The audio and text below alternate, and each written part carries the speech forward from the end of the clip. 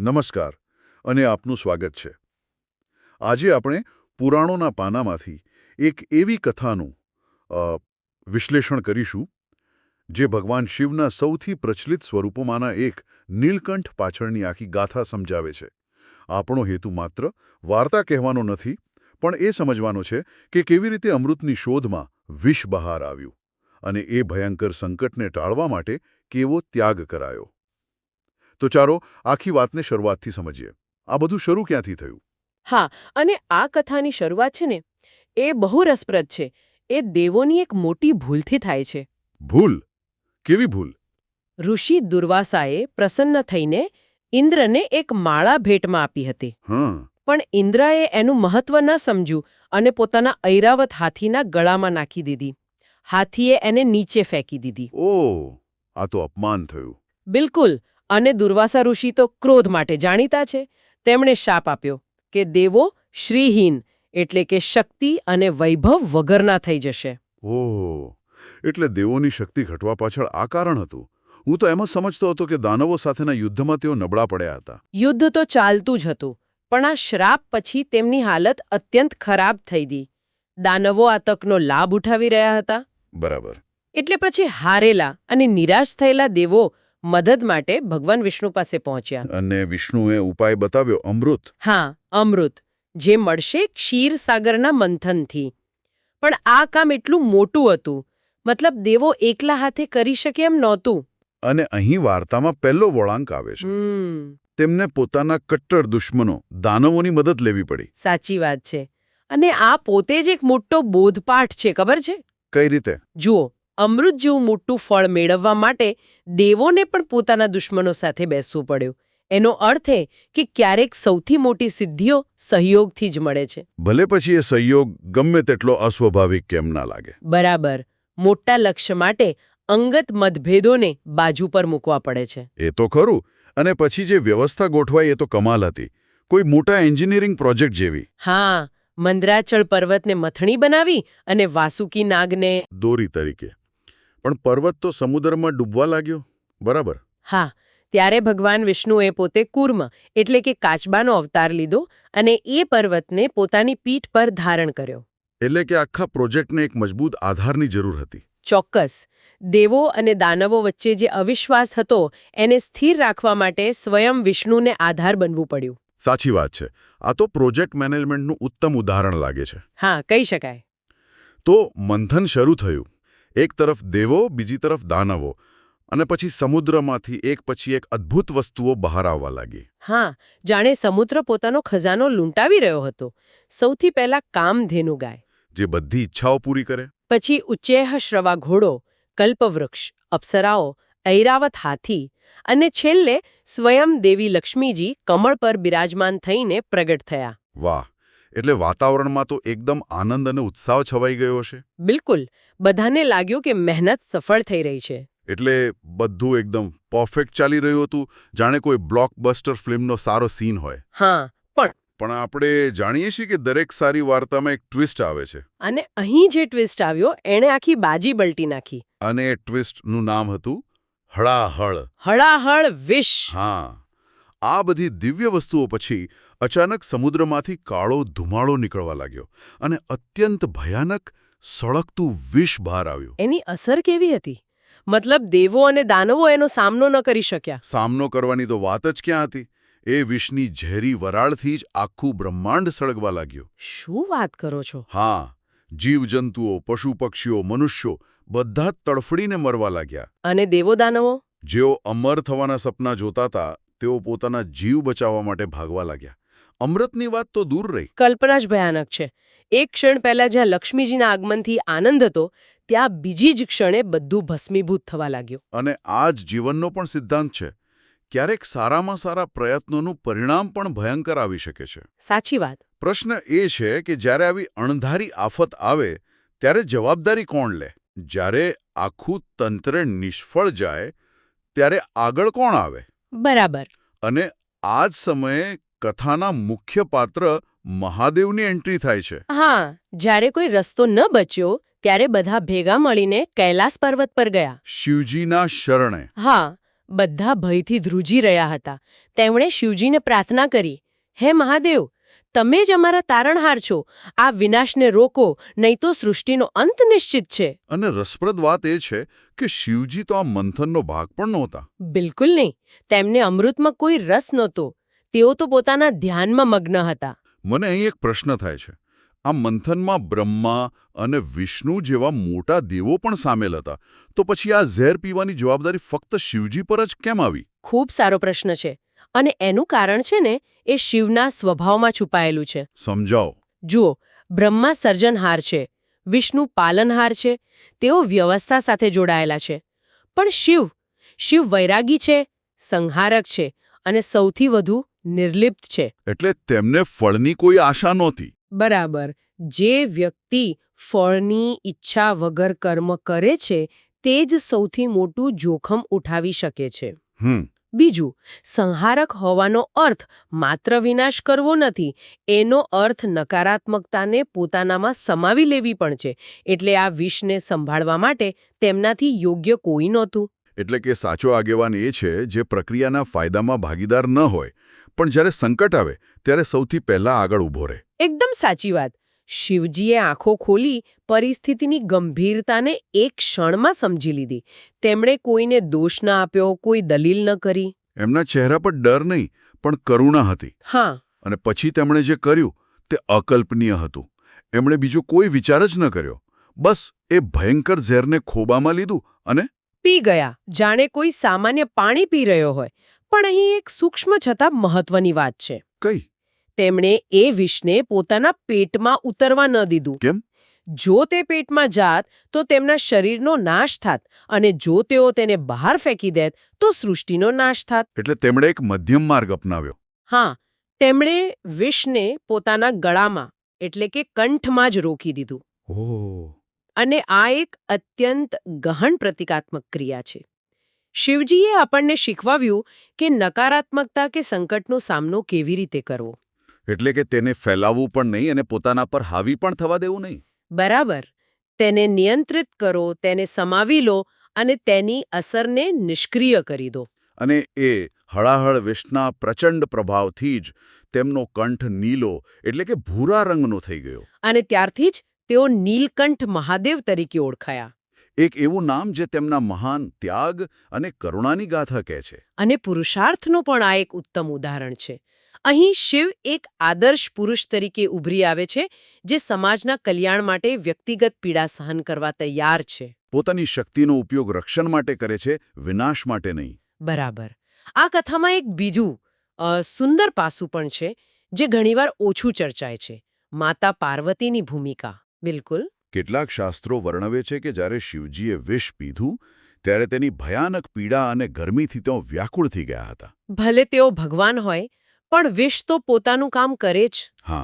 ત્યારે માતા પાર્વતીએ, જે તેમની શક્તિ છે, તેમને ચિંતાતુર થઈને પોતાના હાથથી શિવજીનો કંઠ દબાવી રાખ્યો. જેથી વિષ નીચે ન ઉતરે. હા, જેથી વિષ તેમના શરીરમાં ન ફેલાય. આ વાત તો ખરેખર ઓછી જાણીતી છે. આપણે હંમેશા શિવના ત્યાગની વાત કરીએ છીએ, પણ માતા પાર્વતીની આ ભૂમિકા વિના એ ત્યાગ કદાચ અધૂરો રહેત. ચોક્કસ.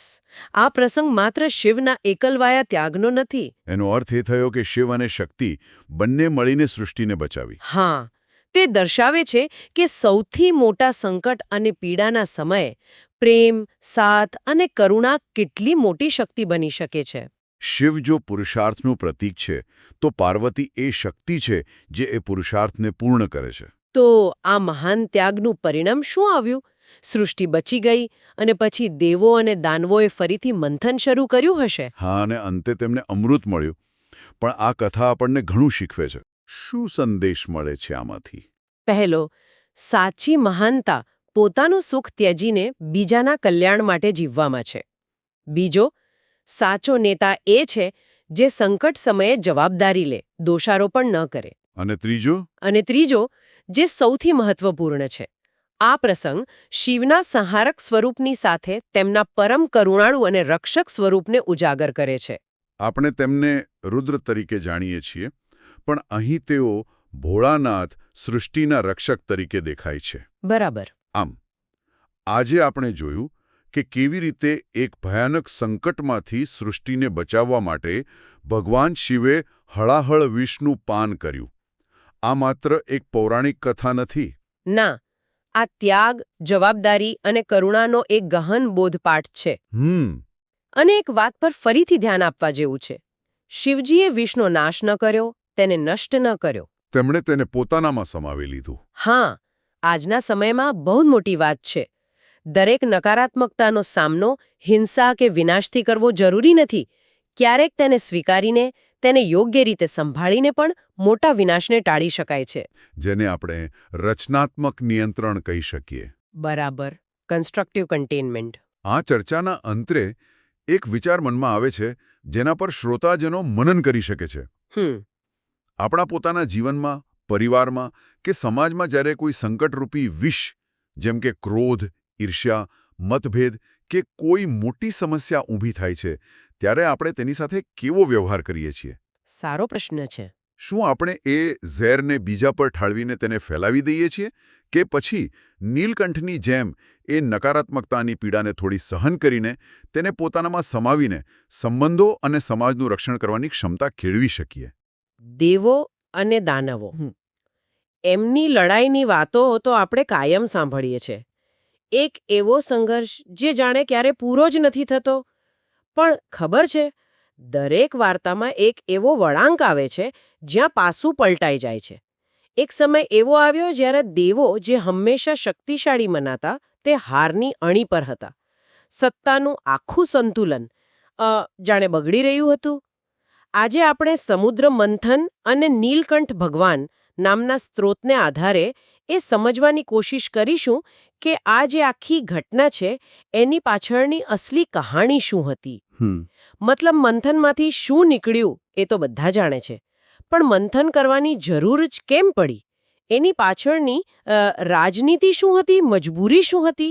કારણ કે પરિસ્થિતિ એટલી ગંભીર હતી કે દેવો લગભગ બધું હારી ચૂક્યા હતા અને આમ જુઓ તો હતાશ થઈને ભગવાન વિષ્ણુ પાસે પહોંચ્યા. અને આ જ બિંદુ મારા મતે સૌથી મહત્વનું છે. આ ખાલી એક પૌરાણિક કથા નથી.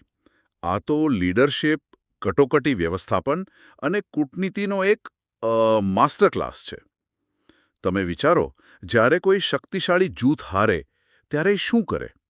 દેવોનું વિષ્ણુ પાસે જવું એ એમની હારની કબૂલાત તો હતી જ, પણ એ વાતનો સ્વીકાર પણ હતો કે માત્ર બળથી દરેક યુદ્ધ જીતી શકાતું નથી.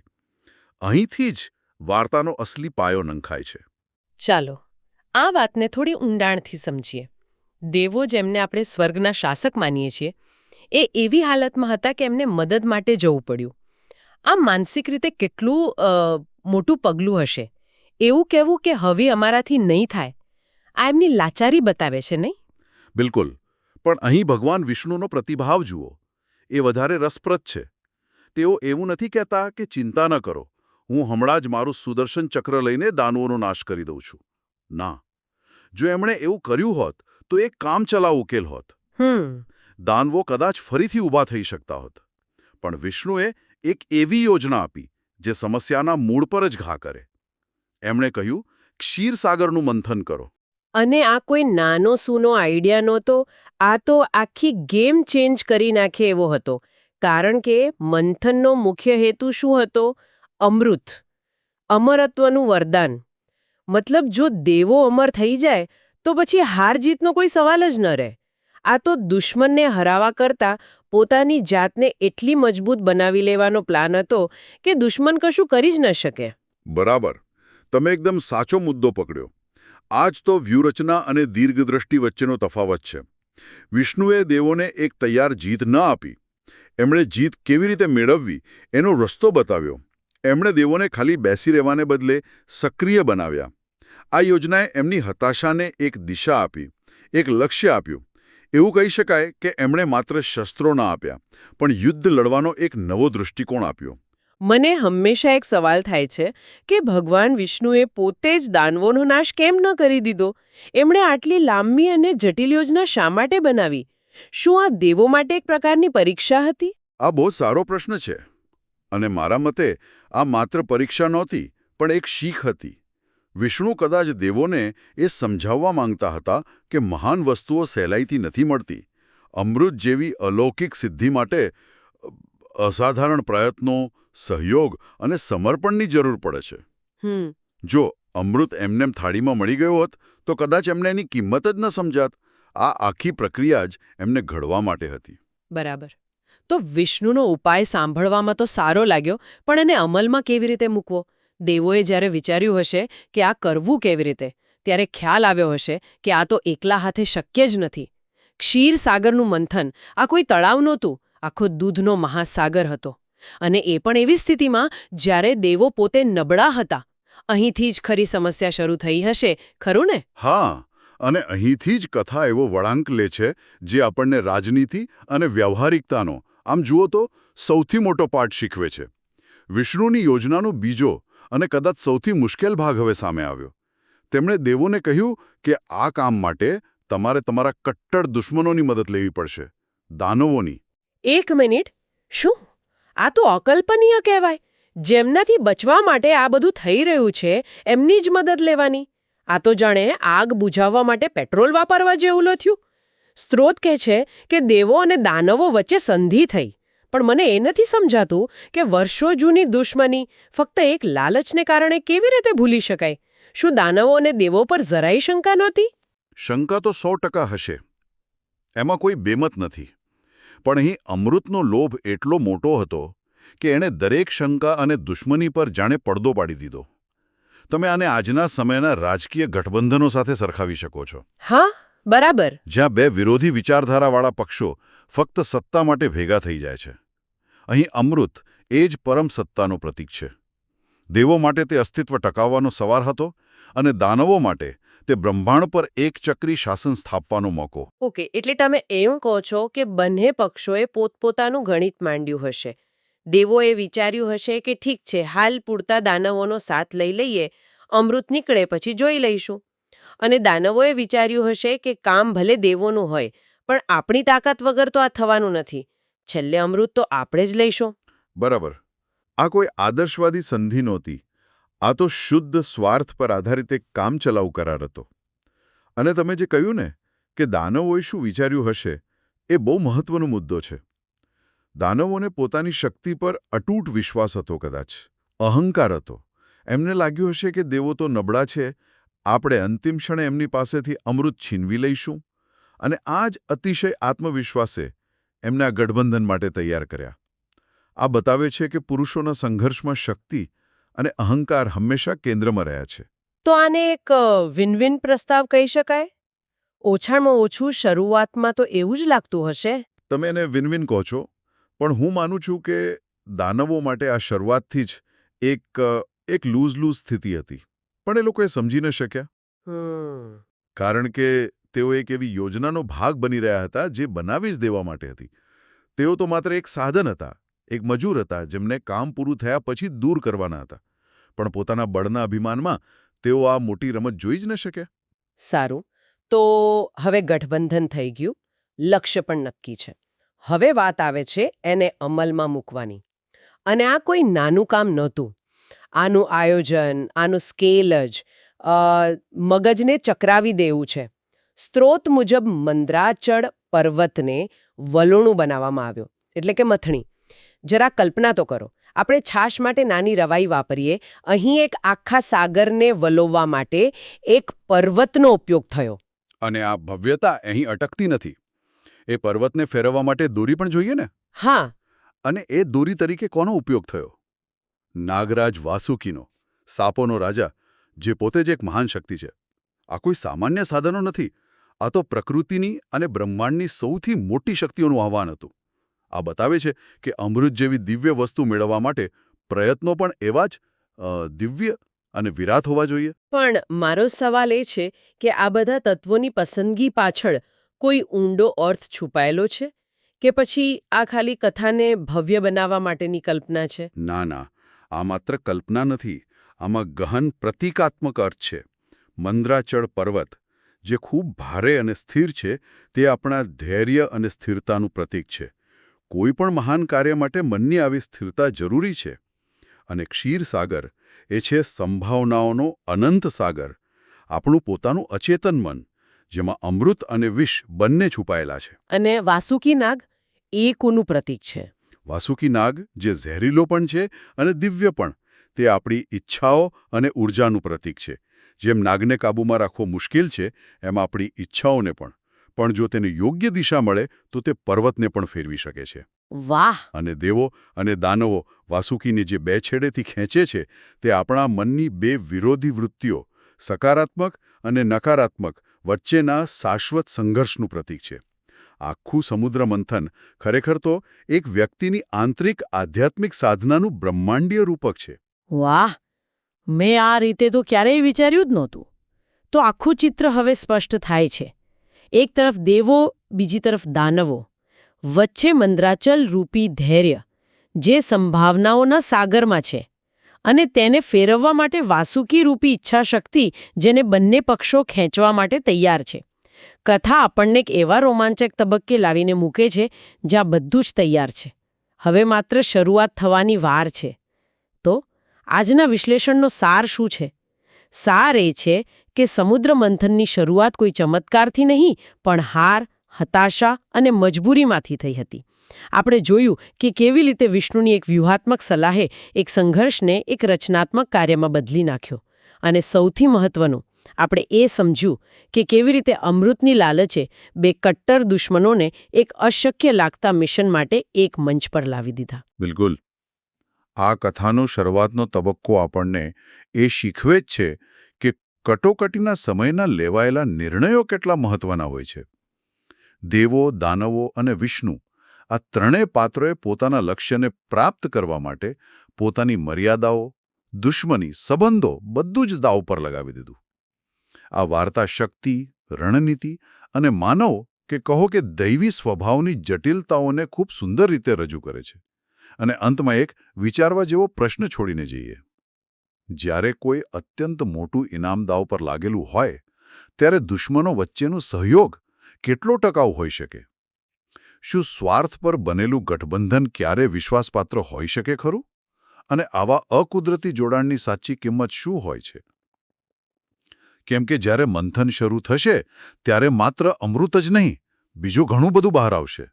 અને એ કિંમત ચૂકવવા માટે શું આ બંને પક્ષો ખરેખર તૈયાર હશે? નમસ્કાર. આજે આપણે હિન્દુ પૌરાણિક કથાઓની એક એવી ઘટના વિશે વાત કરવાના છીએ જે આમ તો લગભગ બધા જ જાણે છે, પણ એની પાછળનું જે ગહન અર્થ છે એના પર કદાચ એટલું ધ્યાન નથી ગયું. આપણે વાત કરીશું સમુદ્ર મંથનની.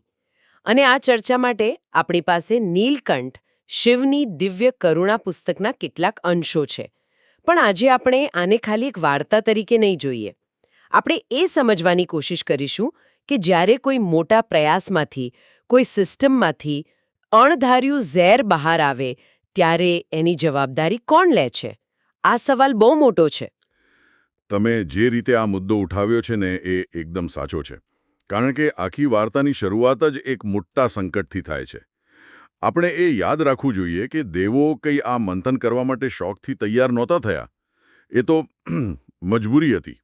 ઋષિ દુર્વાસાના શ્રાપને કારણે દેવરાજ ઇન્દ્ર અને બાકીના બધા દેવો મતલબ કે શ્રીહીન થઈ ગયા હતા, શક્તિહીન થઈ ગયા હતા. એમનો બધો વૈભવ, બધી શક્તિ જતી રહી હતી. બિલકુલ. અને આ સ્થિતિમાંથી બહાર નીકળવાનો રસ્તો ફક્ત એક જ હતો, અમૃત. એ જ એમને ફરીથી અમર અને શક્તિશાળી બનાવી શકતું હતું. એટલે એક તરફ આશા હતી અને બીજી તરફ ભયંકર લાચારી. અને આ જ લાચારી એમને એક એવું પગલું ભરવા મજબૂર કરે છે જેની કોઈ કલ્પના પણ ન કરી શકે. પોતાના કટ્ટર દુશ્મનો સાથે હાથ મિલાવવાનું. હા, દાનવો સાથે. આ પોતે જ કેટલી નાટકીય શરૂઆત છે, ખરું ને? બે વિરોધી શક્તિઓ એક સહિયારા સ્વાર્થ માટે ભેગી થાય છે. મંદરાચલ પર્વતને વલોણું અને વાસુકી નાગને શું કહેવાય, નેત્રું બનાવીને આખા ક્ષીરસાગરને વલોવવા તૈયાર થાય છે. બરાબર. અને આ મનોવૈજ્ઞાનિક રીતે પણ બહુ રસપ્રદ છે. એ બતાવે છે કે જ્યારે સામે પુરસ્કાર બહુ મોટો હોય, અહીં તો અમરત્વ દાવ પર હતું. હા, બધું જ દાવ પર હતું. ત્યારે દુશ્મની પણ ગૌણ બની જાય છે. અને શરૂઆતમાં તો એવું લાગે પણ છે કે આ અસંભવિત જોડાણ કામ કરી રહ્યું છે.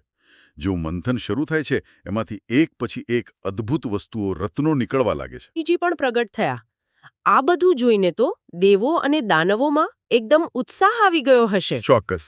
એમને લાગ્યું હશે કે બસ હવે અમૃત આવવાની તૈયારીમાં જ છે. બધું બરાબર ચાલી રહ્યું છે. પણ જુઓ, આ જ એક પ્રકારનો ભ્રમ હતો. આ રત્નો જે હતા એ એક રીતે તો સારા પરિણામો હતા. એ બતાવે છે કે વિરોધીઓ સાથે મળીને કામ કરે તો શરૂઆતમાં સારું પરિણામ દેખાય. પણ આ રત્નોએ છે ને એક ખોટી સુરક્ષાની ભાવના ઊભી કરી દીધી. અચ્છા, કેવી રીતે? બધાનું ધ્યાન આ ભૌતિક સિદ્ધિઓ પર જતું રહ્યું. અને એ લોકોએ ભૂલી ગયા કે જ્યારે તમે આટલા મોટા તંત્રને હચમચાવો છો, સમુદ્રને વલોવો છો, ત્યારે માત્ર સારી વસ્તુઓ જ બહાર નથી આવતી. સમુદ્રના ઊંડાણમાં જે કંઈ છુપાયેલું છે એ બધું બહાર આવે છે, સારું અને ખરાબ બંને. ઓહો, એટલે તમે એમ કહી રહ્યા છો કે આ રત્નો એક શરૂઆતની સફળતા હતી, જેણે આવનારા મોટા સંકટ માટે જાણે કે એમને અંધારામાં રાખ્યા. કારણ કે આ જ સફળતા અને ઉત્સાહની વચ્ચે સમુદ્રમાંથી કંઈક એવું બહાર આવ્યું જેણે બધી ખુશીને એક જ ક્ષણમાં ભયમાં ફેરવી દીધી. બરાબર. સમુદ્રના ગર્ભમાંથી કાળા ધુમાડાનો એક ભયાનક ગોળો બહાર આવ્યો. અને એ કોઈ સામાન્ય ધુમાડો નહોતો. એ હતું હળાહળ વિષ, બ્રહ્માંડનું સૌથી ભયાનક, સૌથી સંહારક ઝેર. આપણા સ્ત્રોતમાં એનું જે વર્ણન છે એ વાંચીને પણ રૂવાડા ઊભા થઈ જાય. લખ્યું છે કે એની જ્વાળાઓ એટલી તીવ્ર હતી કે ત્રણેય લોક બળવા લાગ્યા. આકાશમાંથી જાણે આગ વરસતી હોય, નદીઓનું પાણી ઉકળવા લાગ્યું અને આખી જીવસૃષ્ટિ પીડાથી તરફડવા લાગી. વિચારો એ દૃશ્ય, જે દેવો અને દાનવો થોડીવાર પહેલા રત્નો માટે લડતા હતા. હા, ભાગ બટાઈ માટે. એ જ હવે પોતાનો જીવ બચાવવા માટે ભાગી રહ્યા હતા. અમૃતની આશા તો બહુ દૂરની વાત થઈ ગઈ. હવે તો અસ્તિત્વ ટકાવવાનો સવાલ હતો. આ ક્ષણનું જે રૂપાત્મક મહત્વ છે ને, એ ખૂબ ઊંડું છે. હળાહળ એ કોઈ પણ મોટા પરિવર્તનનું, શું કહેવાય, એક અનિવાર્ય નકારાત્મક પરિણામ છે.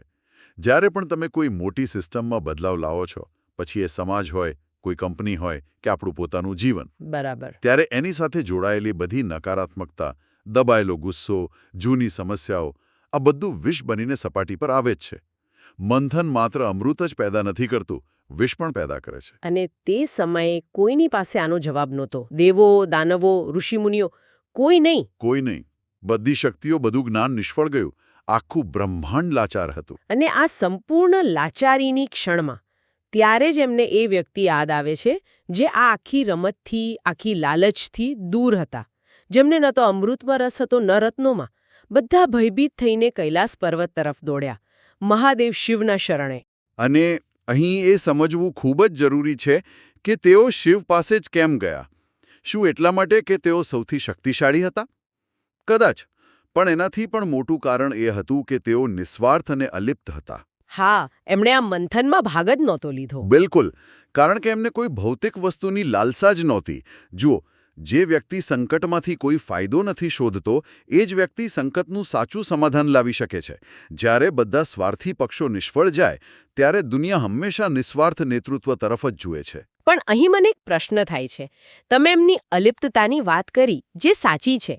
પણ શું આપણે એવું ન કહી શકીએ કે આ એમની જવાબદારી પણ હતી?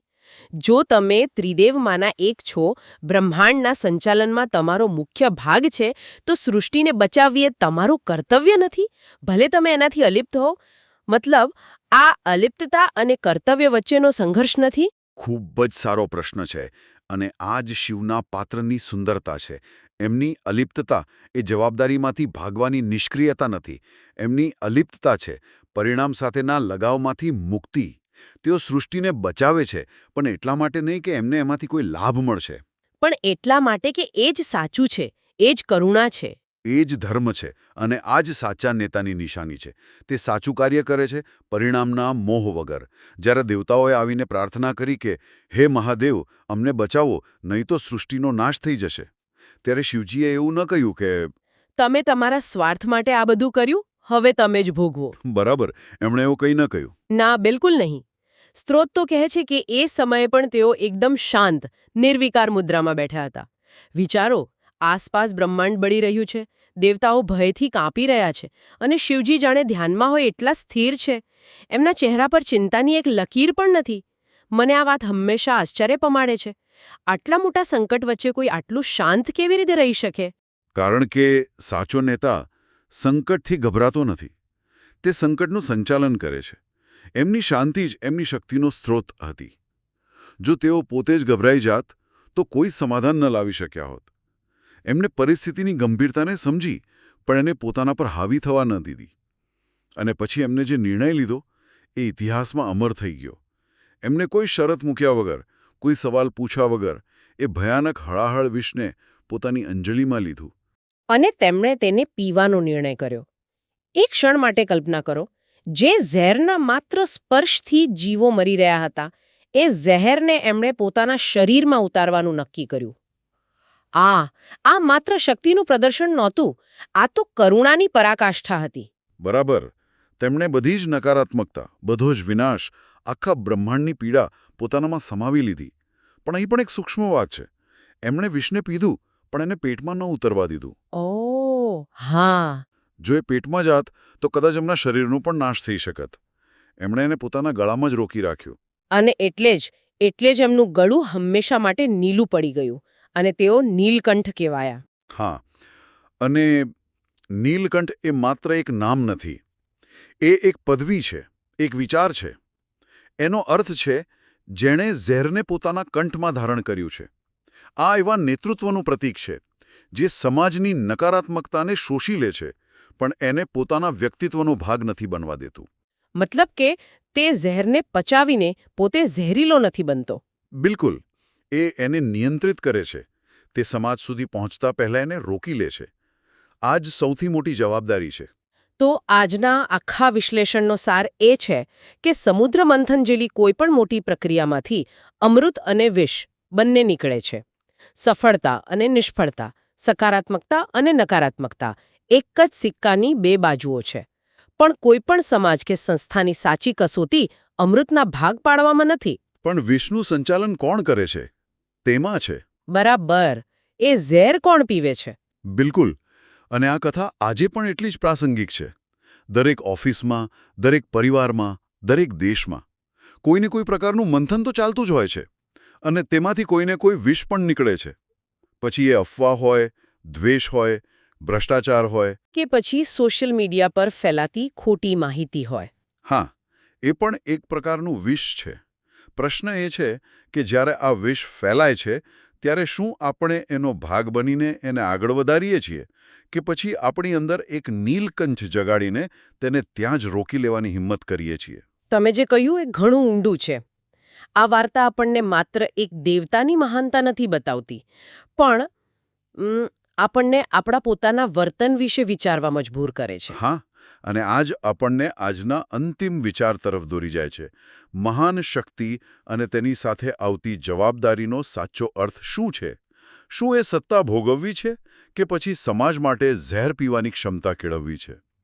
આપણા રોજિંદા જીવનમાં જ્યારે આપણે કોઈના ગુસ્સાનો, કોઈની ઈર્ષાનો કે કોઈ ખોટી વાતનો સામનો કરીએ છીએ ત્યારે આપણી પ્રતિક્રિયા શું હોય છે? શું આપણે પણ સામે ગુસ્સો કરીને ઝેરને ફેલાવીએ છીએ? કે પછી શાંત રહીને શિવજીની જેમ તે નકારાત્મકતાની સાંકળને તોડવાનો પ્રયાસ કરીએ છીએ? ખરેખર વિચારવા જેવો પ્રશ્ન છે. કદાચ સાચો મનુષ્ય કે સાચો નેતા એ જ છે જે બીજાઓને અમૃતનો સ્વાદ માણવાની તક આપવા માટે પોતે થોડું ઝેર ગળા નીચે ઉતારવા તૈયાર રહે. આ જ કદાચ નીલકંઠ હોવાનો સાચો અર્થ છે. આપનું સ્વાગત છે. આજે આપણી પાસે જે સ્ત્રોત છે એ દેખાવમાં ખૂબ જ નાનો છે. કદાચ ફક્ત 4 કે 5 લીટીનો જ હશે. હા, એકદમ સંક્ષિપ્ત. પણ એમાં જે વાત કહેવાય છે એ બ્રહ્માંડ જેટલી વિશાળ છે. હા. આ કથા છે ભગવાન શિવના એક સૌથી પ્રચલિત સ્વરૂપની, નીલકંઠની. તો આપણો આજનો હેતુ ફક્ત આ વાર્તાને સમજવાનો નથી, પણ એ જાણવાનો છે કે આટલા ઓછા શબ્દો આટલી મોટી અસર કેવી રીતે પેદા કરી શકે છે. બરાબર. શબ્દોની પસંદગી અને એની ગોઠવણી. હા, આ માત્ર શબ્દો નથી. મને લાગે છે કે આ એક ફોર્મ્યુલા છે. ચલો આ ફોર્મ્યુલાને તોડીને જોઈએ કે એની અંદર કયા રહસ્યો છુપાયેલા છે. વાર્તાની શરૂઆત જ એકદમ ધારદાર છે. સ્ત્રોતની પહેલી લાઈન છે, મહાદેવનો મહાન ત્યાગ. અહીં સીધી ક્રિયા નથી બતાવી, પણ ક્રિયા પાછળનો હેતુ, એનો સારાંશ એ પહેલા જ આપી દીધો છે. એવું નથી લખ્યું કે શિવજીએ ઝેર પીધું, પણ લખ્યું છે કે એક મહાન ત્યાગ થયો. આનાથી શું ફરક પડે છે? આનાથી તો જમીન આસમાનનો ફરક પડે છે અને ફ્રેમિંગ કહેવાય. ફ્રેમિંગ, હા, એટલે કે લેખક આપણને ઘટના જોવા માટેના ચશ્મા પહેલેથી જ આપી દે છે. જો વાર્તા શિવજીનું પરાક્રમ એવા શીર્ષકથી શરૂ થાત તો આપણું ધ્યાન એમની શક્તિ અને બહાદુરી પર જાત. બરાબર? પણ અહીં મહાન ત્યાગ શબ્દ વાપરીને ધ્યાન શક્તિ પરથી હટાવીને કરુણા અને બલિદાન પર કેન્દ્રિત કરી દેવાયું છે. એટલે કે આપણે આ ઘટનાને એક સુપરહીરો મોમેન્ટ તરીકે નહીં જોવાની, ના, બિલકુલ નહીં. પણ એક ગહન નૈતિક નિર્ણય તરીકે જોવાની છે. વાર્તા શરૂ થાય એ પહેલાં જ આપણને કહી દેવામાં આવે છે કે અહીં તાકાતનું નહીં પણ પ્રેમનું પ્રદર્શન છે. બરાબર. અને ત્યાગ શબ્દ પોતે જ સૂચવે છે કે આ કોઈ મજબૂરીમાં કરેલું કામ નથી. હા, આ એક સ્વૈચ્છિક નિર્ણય છે. કોઈએ દબાણ નથી કર્યો. આખી સૃષ્ટિના ભલા માટે પોતાની જાતને દાવ પર લગાવવાનો નિર્ણય. આ બે શબ્દો જ આખી ઘટનાને એક આધ્યાત્મિક ઊંચાઈ પર લઈ જાય છે. ઠીક છે, તો આ ભૂમિકા બંધાઈ ગઈ. હવે મુખ્ય ક્રિયા આવે છે. હા, શિવજીએ હળાહળ વિષ પોતાના કરકમળમાં લીધું અને તેને પી ગયા. મને એ કરકમળ શબ્દ પર અટકવાનું મન થાય છે. હાથ જેવો સીધો શબ્દ વાપરી શકાયો હોત, પણ કમળ જેવા હાથ, એની પાછળ કોઈ ખાસ કારણ હશે? ચોક્કસપણે. મારા મતે તો આ શબ્દ આખા દ્રશ્યનો પ્રાણ છે. અચ્છા. જરા કલ્પના કરો. એક તરફ હળાહળ છે, બ્રહ્માંડની સૌથી વિનાશક, નકારાત્મક, કદરૂપી ઉર્જા. અને બીજી તરફ કરકમળ છે. કમળ શુદ્ધતા, સૌંદર્ય, નિર્મળતા અને સર્જનનું પ્રતીક છે. સાચી વાત. જે હાથ આશીર્વાદ આપે છે, જે હાથ સર્જન કરે છે, એ જ કોમળ હાથમાં બ્રહ્માંડનો વિનાશ સમાયેલો છે. આ એક જબરજસ્ત વિરોધાભાસ છે. એક મિનિટ, આ તો ગજબની વાત છે. છે ને? આ તો એવું થયું કે દુનિયાના સૌથી ખતરનાક વાયરસને કોઈ સર્જનના સૌથી નાજુક સાધનથી પકડવામાં આવે. લેખક અહીં શું કહેવા માંગતા હશે? તેઓ એ જ કહેવા માંગે છે કે સાચી શક્તિ આક્રમકતામાં નથી, પણ સ્થિરતા અને નિર્મળતામાં છે. શિવજીએ વિષ્ણુનો સામનો ક્રોધથી, ભયથી કે બળપ્રયોગથી નથી કર્યો. તેમણે એને અત્યંત શાંતિ અને કરુણાથી ગ્રહણ કર્યું છે. વાહ! આ એક બહુ મોટો સંદેશ છે. જીવનમાં જ્યારે આપણી સામે હળાહળ જેવી પરિસ્થિતિઓ, ઝેરીલા લોકો કે નકારાત્મક વિચારો આવે, જે રોજ આવે છે. હા, રોજ આવે છે, ત્યારે તેનો સામનો ગુસ્સાથી કે આવેશથી કરવાને બદલે શું આપણે તેને કરકમળ જેવી શાંતિ અને સ્થિરતાથી સંભાળી શકીએ? વાહ! એટલે કરકમળ માત્ર એક સુંદર શબ્દ નથી, એ તો આખી સમસ્યાને ઉકેલવાની રીત બતાવે છે. બિલકુલ. અને પછીની ક્રિયા પણ એટલી જ ઝડપી છે. લીધું અને તેને પી ગયા. વચ્ચે કોઈ વિચાર નહીં, કોઈ ખચકાટ નહીં. હા, આ વાક્ય રચના નિર્ણયની નિશ્ચિતતા બતાવે છે. એમાં કોઈ શંકાને સ્થાન જ નથી. જે જરૂરી હતું તે કરી દીધું. જેને આપણે આજે ડિસાઇસિવનેસ કહીએ છીએ. રાઈટ. જ્યારે પરિસ્થિતિ ગંભીર હોય ત્યારે લાંબા વિશ્લેષણમાં પડવાને બદલે જે સાચું છે તે કરવાનો દ્રઢ નિશ્ચય. અહીં સુધી તો એવું લાગે છે કે આ એક આત્મબલિદાનની કથા છે. શિવજીએ ઝેર પી લીધું અને કદાચ પોતાનો અંત લાવી દીધો. હા, એવી જ ધારણા બંધાય. પણ પછી આખી વાર્તા એક જ શબ્દથી પલટાઈ જાય છે. એ શબ્દ છે પણ.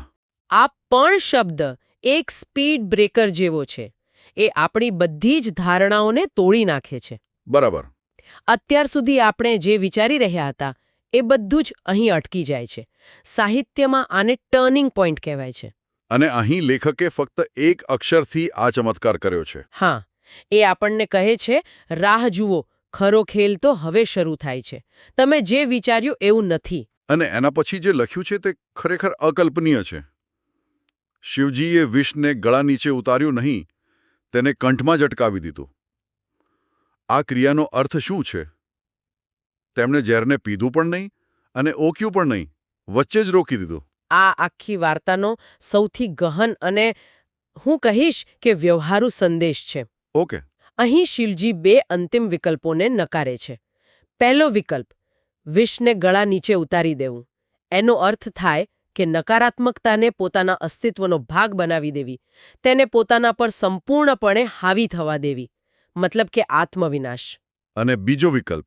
બીજો વિકલ્પ, વિષને બહાર ઓકી દેવું. એનો અર્થ થાય કે નકારાત્મકતાને પાછી દુનિયામાં ફેંકી દેવી, જેનાથી બીજાને નુકસાન થાય. એટલે કે તેમણે ન તો ઝેરને પચાવ્યો, ન તો એને ફેલાવ્યો. બરાબર. તેમણે ત્રીજો રસ્તો અપનાવ્યો, કન્ટેનમેન્ટ. કન્ટેનમેન્ટ એટલે કે એટલે કે નિયંત્રણમાં રાખવું. તેમણે વિષને પોતાનામાં ધારણ કર્યો, પણ એને પોતાના પર કાબૂ કરવા ન દીધો.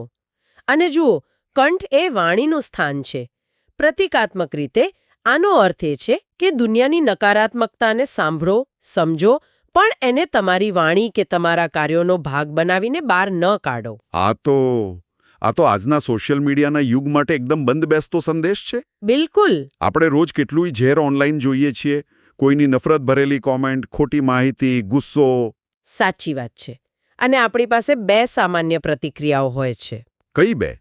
કાં તો આપણે એ ઝેરને ગળા નીચે ઉતારી લઈએ છીએ, એટલે કે દુઃખી થઈએ છીએ, ડિપ્રેશનમાં જઈએ છીએ.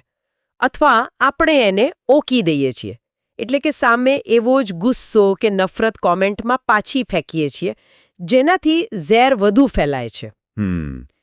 શિવજીનો આ કંઠમાં રોકવાનો માર્ગ એ ત્રીજો વિકલ્પ છે, એ કહે છે. એ નકારાત્મકતાને જુઓ, સ્વીકારો કે તે અસ્તિત્વ ધરાવે છે, પણ એને તમારા વ્યક્તિત્વ પર હાવી થવા દીધા વિના તમારા નિયંત્રણમાં રાખો. આ જ સાચું ઇમોશનલ રેગ્યુલેશન છે. એક્ઝેક્ટલી. એટલે આ કોઈ ચમત્કારની વાત નથી. આ તો મનોવિજ્ઞાનની વાત છે. આત્મનિયંત્રણની પરાકાષ્ઠા. બરાબર. પણ સ્ત્રોતમાં ભાષાનો પ્રયોગ પણ રસપ્રદ છે. પહેલા લખ્યું, ગળા નીચે ઉતાર્યું નહીં, જે એક નકારાત્મક વાક્ય છે. અને તરત જ લખ્યું, કંઠમાં જ અટકાવી દીધું, જે એક સકારાત્મક ઇરાદાપૂર્વકની ક્રિયા છે. હા, આ ભાષાકીય પસંદગી ખૂબ જ સૂક્ષ્મ છે. ઉતાર્યું નહીં એ બતાવે છે કે તેમણે શું ટાળ્યું, પણ અટકાવી દીધું એ બતાવે છે કે તેમણે સક્રિયપણે શું કર્યું. અચ્છા. આ કોઈ આકસ્મિક ઘટના નહોતી કે ઝેર ગળામાં ફસાઈ ગયો. ના, આ એક સભાન, નિયંત્રિત અને શક્તિશાળી નિર્ણય હતો. એક યોગિક ક્રિયા હતી. અને હવે આપણે આ મહાન કૃત્યના પરિણામ પર આવીએ છીએ, જેણે શિવજીને એક નવી, કાયમી ઓળખ આપી. સ્ત્રોત કહે છે, એ વિષના પ્રભાવથી શિવજીનો કંઠ નીલો થઈ ગયો. આથી તેઓ નીલકંઠ મહાદેવ કહેવાયા. અહીં કાર્ય અને કારણનો સંબંધ સ્પષ્ટ છે. પણ જે રસપ્રદ છે તે એ છે કે વિષ, જે વિનાશનું પ્રતીક હતું, તે અહીં વિનાશ નથી કરતું. તે પરિવર્તન કરે છે. પરિવર્તન કરે છે. હા, જે ઝેર આખા બ્રહ્માંડને ખતમ કરી શકતું હતું, તે શિવજીનો નાશ કરવાને બદલે તેમને એક નિશાની આપી જાય છે. એ નીલો કંઠ એમના ત્યાગનો, એમના સંયમનો એક કાયમી પુરાવો બની જાય છે. જાણે કે એ કોઈ ઘાનું નિશાન નથી, પણ એક મેડલ છે. બહુ સારો શબ્દ વાપર્યો તમે, મેડલ. એક સન્માન ચિહ્ન, જે હંમેશા એ મહાન ઘટનાની યાદ અપાવતું રહે. સાચી વાત છે. આ નીલો રંગ હવે ભય કે મૃત્યુનું પ્રતીક નથી રહેતો. એ કરુણા, સંયમ અને રક્ષણનું પ્રતીક બની જાય છે. શિવજીએ દુનિયાની સૌથી ખરાબ વસ્તુને પોતાનામાં સમાવી અને તેને એક સુંદર, અર્થપૂર્ણ ઓળખમાં પરિવર્તિત કરી દીધી. આ એક શક્તિશાળી સંદેશ છે કે જીવનના સૌથી ખરાબ અનુભવો પણ જો યોગ્ય રીતે સંભાળવામાં આવે તો તે આપણી નબળાઈ નહીં, પણ આપણી તાકાતની નિશાની બની શકે છે. અને છેલ્લે, આથી શબ્દ તે સ્પષ્ટપણે જોડાણ સ્થાપિત કરે છે કે નીલકંઠ નામ કેવી રીતે આવ્યું. તે કોઈ પરંપરાગત નામ નથી, પણ એક ઘટનામાંથી જન્મેલી ઓળખ છે. બરાબર. નીલ એટલે ભૂરું અને કંઠ એટલે ગળું. આ નામ પોતે જ આખી વાર્તાનો સારાંશ છે. અચ્છા. જ્યારે પણ કોઈ નીલકંઠ બોલે છે, ત્યારે તે અજાણતા જ આ સમગ્ર ગાથાનું પુનરાવર્તન કરે છે. ત્યાગ, કરુણા, સંયમ અને પરિવર્તન.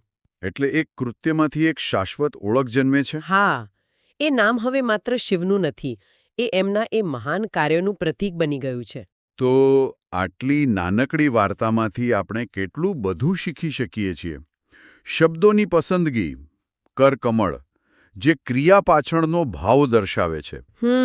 વાર્તામાં વળાંક લાવવા માટે પણ જેવા એકાક્ષરી શબ્દોનો જાદુ, અને એક આખી ફિલોસોફી કે નકારાત્મકતાને કેવી રીતે નિયંત્રિત કરવી. બરાબર. આટલા ઓછા શબ્દોમાં આટલું બધું કહેવાની કળા ખરેખર અદ્ભુત છે. અહીં એક પણ ફાલતુ શબ્દ નથી. દરેક શબ્દ તીર જેવો સીધો નિશાન પર લાગે છે. અને તેની સરળતા જ તેની સૌથી મોટી તાકાત છે. તેમાં કોઈ જટિલ વર્ણનો નથી, કોઈ લાંબા સંવાદો નથી. સાચી વાત. માત્ર શુદ્ધ ક્રિયા અને તેનું પરિણામ. અને એટલે જ તે નાના બાળકથી લઈને મોટા વિદ્વાન સુધી દરેકના મનમાં સરળતાથી ઉતરી જાય છે. આ જ તેને સાર્વત્રિક અને કાલાતીત બનાવે છે. આ ચર્ચા પછી મને એવું લાગે છે કે આપણે આ વાર્તાને ફક્ત એક પૌરાણિક કથા તરીકે ન જોવી જોઈએ. ના, બિલકુલ નહીં. આ તો જીવન જીવવા માટેની એક ગાઈડબુક જેવી છે. નિઃશંકપણે.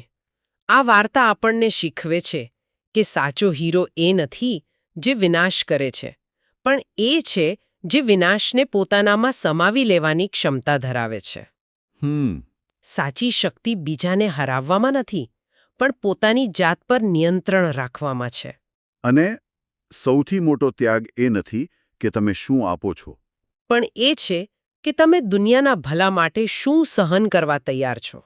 આ સમગ્ર વિશ્લેષણ ખરેખર આંખ ખોલી નાખે તેવું રહ્યું. એક નાનકડા ફકરામાં અર્થના આટલા બધા સ્તર છુપાયેલા હોઈ શકે છે, એ મેં ક્યારેય વિચાર્યું નહોતું. આ ચર્ચા પરથી એક અંતિમ વિચાર આવે છે, જે આપણા શ્રોતાઓ માટે પણ વિચારવા જેવો છે. જરૂર. સ્ત્રોત કહે છે કે તેઓ નીલકંઠ મહાદેવ કહેવાયા. હા. આનો અર્થ એ છે કે આ નામ તેમને બીજાઓ દ્વારા, સમાજ દ્વારા આપવામાં આવ્યું. તેમણે પોતે આ નામ ધારણ નથી કર્યું. આ એક રસપ્રદ મુદ્દો છે. આ આપણને એ વિચારવા પર મજબૂર કરે છે કે આપણી ઓળખ શું છે. શું તે આપણે પોતે બનાવીએ છીએ કે પછી આપણા કાર્યોના આધારે દુનિયા આપણને જે નામ આપે છે તે આપણી સાચી ઓળખ છે. અને શું આપણા જીવનમાં કોઈ એવું કાર્ય છે જે આપણી ઓળખ બની શકે, જે આપણા નામ કરતાં પણ મોટું હોય? બસ આ જ વિચાર સાથે આપણે આજે વિરામ લઈએ. આપણે સૌ ભગવાન શિવના નીલકંઠ બનવાની કથા જાણીએ છીએ. સમુદ્ર મંથન, હળાહળ વિષ અને પછી સૃષ્ટિને બચાવવા માટે શિવજીનું વિષપાન. આ વાર્તા આપણા બધાના મનમાં, આપણી સંસ્કૃતિમાં વણાયેલી છે. પણ આજે આપણે માત્ર એ વાર્તા ફરીથી નથી કહેવાના. ના, બિલકુલ નહીં. આજે આપણી પાસે જે સ્ત્રોતો છે તે આપણને આ જાણીતી કથાના કેટલાક એવા પાસાઓ પર વિચાર કરવા મજબૂર કરે છે જેની ચર્ચા ઓછી થાય છે. જેમ કે શિવજી અનુભવેલી જે વાસ્તવિક પીડા હતી એ. માતા પાર્વતીની ભૂમિકા માત્ર એક સહાયક તરીકે નહીં, પણ એક નિર્ણાયક શક્તિ તરીકે. અને આખા પ્રસંગનું ઊંડું પ્રતિકાત્મક મહત્વ શું છે? બરાબર. એટલે કે આપણો હેતુ એ છે કે આ જાણીતી વાર્તાની સપાટી નીચે ઉતરીને એ જોવું કે તેમાંથી આજે પણ શું શીખી શકાય. આ માત્ર એક પૌરાણિક ઘટના નથી, પણ નેતૃત્વ, જવાબદારી અને કરુણાની એક એમ કહી શકાય કે માસ્ટર ક્લાસ છે. તો ચાલો શરૂઆત કરીએ સમુદ્ર મંથનની એ ભયાવહ ક્ષણથી, જ્યારે બ્રહ્માંડે પોતાની સૌથી ભયાનક વાસ્તવિકતાનો સામનો કર્યો. અહીં સમજવું બહુ જ જરૂરી છે કે આ હળાહળ શું હતું. આપણા સ્ત્રોતોમાં તેનું વર્ણન માત્ર એક ભૌતિક ઝેર તરીકે નથી. કેટલાક વિશ્લેષકો તો તેને બ્રહ્માંડની જે સંચિત નકારાત્મકતા છે એનું પ્રતીક માને છે. જ્યારે દેવો અને અસુરોએ અમૃત જેવી મહાન સિદ્ધિ મેળવવા માટે સમુદ્રને વલોવ્યો, ત્યારે સૌથી પહેલા સપાટી પર શું આવ્યું? ઈર્ષા, ક્રોધ, ભય અને મહત્વાકાંક્ષાનું ઝેર. આ તો ખૂબ જ રસપ્રદ દૃષ્ટિકોણ છે. એટલે કે કોઈ પણ મોટા મંથન કે પરિવર્તનમાંથી સૌથી પહેલા તેની આડપેદાશો, તેનો કચરો જ બહાર આવે છે. અમૃત તો પછીની વાત છે. સાચી વાત. અને આ ઝેર એટલું પ્રચંડ હતું કે દેવો અને દાનવો જેઓ અમૃત માટે લડી રહ્યા હતા, તેઓ પોતે જ તેનાથી ભાગવા લાગ્યા. બરાબર. કોઈ તેની જવાબદારી લેવા તૈયાર જ નહોતું. બધાએ પોતપોતાના હથિયાર હેઠા મૂકી દીધા હતા. અહીં એક નેતૃત્વનું સંકટ ઊભું થયું. જેણે આ મંથન શરૂ કરાવ્યું હતું તે વિષ્ણુ પણ મૂંઝવણમાં હતા. બ્રહ્માજી પણ ચિંતિત હતા. આ એક ક્ષણ હતી જ્યાં વ્યવસ્થા સંપૂર્ણપણે ભાંગી પડવાના આર્યા હતી. કારણ કે આ ઝેર માત્ર કોઈને મારી ન હતું રહ્યું, તે તો અસ્તિત્વના તાણાવાણાને જોગાડી રહ્યું હતું. અને આવા સમયે જ્યારે બધા જ પાછળ હટી રહ્યા હતા, ત્યારે શિવજી આગળ આવ્યા. પણ સ્ત્રોતો એવું નથી કહેતા કે તેમણે આવેશમાં આવીને તરત જ વિષ પી લીધું. શું તેમની કોઈ મનોદશાનું વર્ણન છે? મતલબ, આ નિર્ણય લેતા પહેલા તેમણે શું વિચાર્યું હશે? આ બહુ મહત્વનો પ્રશ્ન છે. તમે જુઓ, શિવજી તો વૈરાગી છે. તેઓ આ સાંસારિક લાલચોથી, અમૃતની દોડથી, આ બધાથી દૂર છે. બરાબર. છતાં તેમણે હસ્તક્ષેપ કર્યો. કેમ? કારણ કે સમસ્યા હવે દેવો કે અસુરોની નહોતી રહી. તે નિર્દોષ જીવોની સમગ્ર સૃષ્ટિના અસ્તિત્વની બની ગઈ હતી. તેમનું કાર્ય કરુણાથી પ્રેરિત હતું, કોઈ પક્ષ લેવા માટે નહીં. તેમણે જોયું કે જે વ્યવસ્થાનું તેઓ પોતે એક અભિન્ન અંગ છે, તે પોતે જ સર્જેલા ઝેરથી નાશ પામી રહી છે. એટલે આ કોઈ ભાવુક નિર્ણય નહોતો, પણ એક ઊંડી કોસ્મિક જવાબદારીની ભાવના હતી. અને અહીં આપણા સ્ત્રોત એક ખૂબ જ માર્મિક વિગત ટાંકે છે. તેમાં લખ્યું છે કે વિષ પીધા પછી શિવજીને અત્યંત પીડા થવા લાગી, તેમનું શરીર બળવા લાગ્યું. આ વાત તેમના બલિદાનને વધુ ગહન બનાવે છે, ખરું ને? હા, એવું નથી કે તેઓ ભગવાન હતા એટલે તેમને કોઈ અસર જ ન થઈ. તેમણે એ પીડાને સંપૂર્ણપણે અનુભવી. સાચી વાત. અને એ પીડા માત્ર શારીરિક નહોતી. તમે વિચારો, બ્રહ્માંડની તમામ નકારાત્મકતાને પોતાના શરીરમાં સમાવી લેવી એ કેવી અનુભૂતિ હશે? તે પીડા એ વાતનો પુરાવો છે કે તેમણે સૃષ્ટિનું દુઃખ પોતાના પર લીધું હતું. આધુનિક મનોવિજ્ઞાનમાં જેને એમ્પથી એટલે કે સમાનુભૂતિ કહે છે, આ તેનું ચરમસીમાનું દૈવી સ્વરૂપ છે. માત્ર બીજાનું દુઃખ સમજવું નહીં, પણ તેને પોતાના શરીરમાં ઉતારી લેવું. અને શું એ પીડા એ વાતનો પણ સંકેત છે કે દેવી હોવા છતાં કરુણાની એક કિંમત ચૂકવવી પડે છે? તે મફતમાં નથી મળતી. બિલકુલ. અને એ કિંમત શિવજી ચૂકવી રહ્યા હતા. પણ તેઓ આ ભયંકર કાર્યમાં એકલા નહોતા. સ્ત્રોતો અહીં એક બીજી દિવ્ય શક્તિની નિર્ણાયક ભૂમિકા પર ખૂબ ભાર મૂકે છે. અને તે છે માતા પાર્વતી. હા, અને તેમની ભૂમિકા ઘણીવાર માત્ર શિવજીનું ગળું દબાવી રાખવા પૂરતી સીમિત કરી દેવામાં આવે છે. પણ મને એ સમજાવો, જો વિષ એટલું ઘાતક હતું કે આખી સૃષ્ટિનો નાશ કરી શકે, તો પાર્વતીજી માત્ર ગળું દબાવીને તેને કેવી રીતે રોકી શક્યા? શું આ માત્ર એક પ્રતિકાત્મક ક્રિયા હતી કે તેની પાછળ કોઈ ઊંડું તત્વજ્ઞાન છે? આજ આખી કથાનું હાર્દ છે. આ કોઈ સામાન્ય શારીરિક ક્રિયા નહોતી. તત્વજ્ઞાનની દ્રષ્ટિએ જોવો તો શિવ એટલે કે ચૈતન્ય એટલે કે કોન્શિયસનેસ છે, અને પાર્વતી શક્તિ અથવા પ્રકૃતિ એટલે કે એનર્જી અથવા નેચર. ઓકે. વિષ એ વિનાશક ઉર્જા છે, જ્યારે શિવ એટલે કે ચૈતન્ય એ વિનાશક ઉર્જાને પોતાનામાં સમાવે છે, ત્યારે પાર્વતી એટલે કે પ્રકૃતિ એ સુનિશ્ચિત કરે છે કે તે વિનાશક ઉર્જા ચૈતન્યના સ્તર પર જ રહે. અને ભૌતિક જગત એટલે કે શિવના શરીરના બાકીના ભાગમાં પ્રસરીને વિનાશ ન કરે. વાહ! એટલે કે તેમણે વિષને કંઠમાં, જે ચૈતન્ય અને શરીરને જોડતો સેતુ છે, ત્યાં જ સ્થિર કરી દીધો. આ તો શક્તિ અને ચૈતન્ય વચ્ચેનું એક અદ્ભુત સંતુલન છે. એક વિનાશને સ્વીકારે છે, તો બીજું એ વિનાશને મર્યાદિત કરીને તેને રચનાત્મક બનાવે છે. તમે બરાબર સમજ્યા. પાર્વતીનું કાર્ય એ પ્રેમ અને કરુણાની અભિવ્યક્તિ તો છે જ, પણ સાથે સાથે તે એક કોસ્મિક વ્યવસ્થાપન એટલે કે કોસ્મિક મેનેજમેન્ટ પણ છે. તે દર્શાવે છે કે કોઈ પણ મહાન બલિદાનને સફળ થવા માટે માત્ર શક્તિ કે હિંમત જ નહીં, પણ તેને યોગ્ય દિશા આપનારી સમજ અને કરુણાની પણ જરૂર પડે છે. સાચી વાત. શિવજીએ ઝેર પીવાની હિંમત કરી અને પાર્વતીજીએ એ હિંમતને પરિણામલક્ષી બનાવી. આ બંને એકબીજાના પૂરક છે. અને આ જ કારણે શિવજી નીલકંઠ કહેવાયા. એ નીલો રંગ માત્ર એક શારીરિક બદલાવ નથી, પણ એ બલિદાન, પીડા અને અંતે મેળવેલા વિજયનું ગૌરવચિહ્ન બની ગયો. તો આ મહાન કૃત્યનું તાત્કાલિક પરિણામ શું આવ્યું? સૃષ્ટિ પર તેની શું અસર થઈ? પરિણામ અપેક્ષા મુજબ ચમત્કારિક હતું. જે ક્ષણે વિષ શિવજીના કંઠમાં સ્થિર થયું, તે જ ક્ષણે પ્રકૃતિએ રાહતનો શ્વાસ લીધો. સ્ત્રોતો વર્ણવે છે કે જે પૃથ્વી ભસ્મ થવાની અણી પર હતી, તે ફરીથી શીતળ થઈ ગઈ. આકાશમાં જે ભય અને અંધકારનું વાતાવરણ હતું, તે સ્વચ્છ થઈ ગયું. અને જે જીવસૃષ્ટિ મૂર્છિત થઈ ગઈ હતી, તે ફરીથી ચેતનવંતી બની. સરળ શબ્દોમાં કહીએ તો શિવજીએ સિસ્ટમનું ઝેર પોતે પી લીધું અને બદલામાં સૃષ્ટિને જીવનદાન આપ્યું. તેમણે પીડાને પોતાનામાં સમાવી લીધી, જેથી બીજાઓ શાંતિથી જીવી શકે. આ ઘટના અને તેના પરિણામની વાત થઈ, પણ હવે આપણે ચર્ચાના મુખ્ય ભાગ તરફ આવીએ. આ સમગ્ર પ્રસંગમાંથી આજના મનુષ્ય માટે, આજના સમાજ માટે શું સંદેશા મળે છે? સ્ત્રોતોમાં આના પર ઘણું ચિંતન થયેલું છે, અને તેમાંથી 3 મુખ્ય સંદેશાઓ સ્પષ્ટપણે ઉભરી આવે છે. પહેલો સંદેશ સૌથી સ્પષ્ટ છે પણ સૌથી મુશ્કેલ પણ છે. એ છે નિસ્વાર્થ સેવાનો, પોતાનું સુખ ત્યજીને બીજાના કલ્યાણ માટે જીવવું. પણ આપણા સ્ત્રોતો એ પણ જણાવે છે કે આ કોઈ ભાવુક નિર્ણય નહોતો, ખરું ને? બિલકુલ નહીં.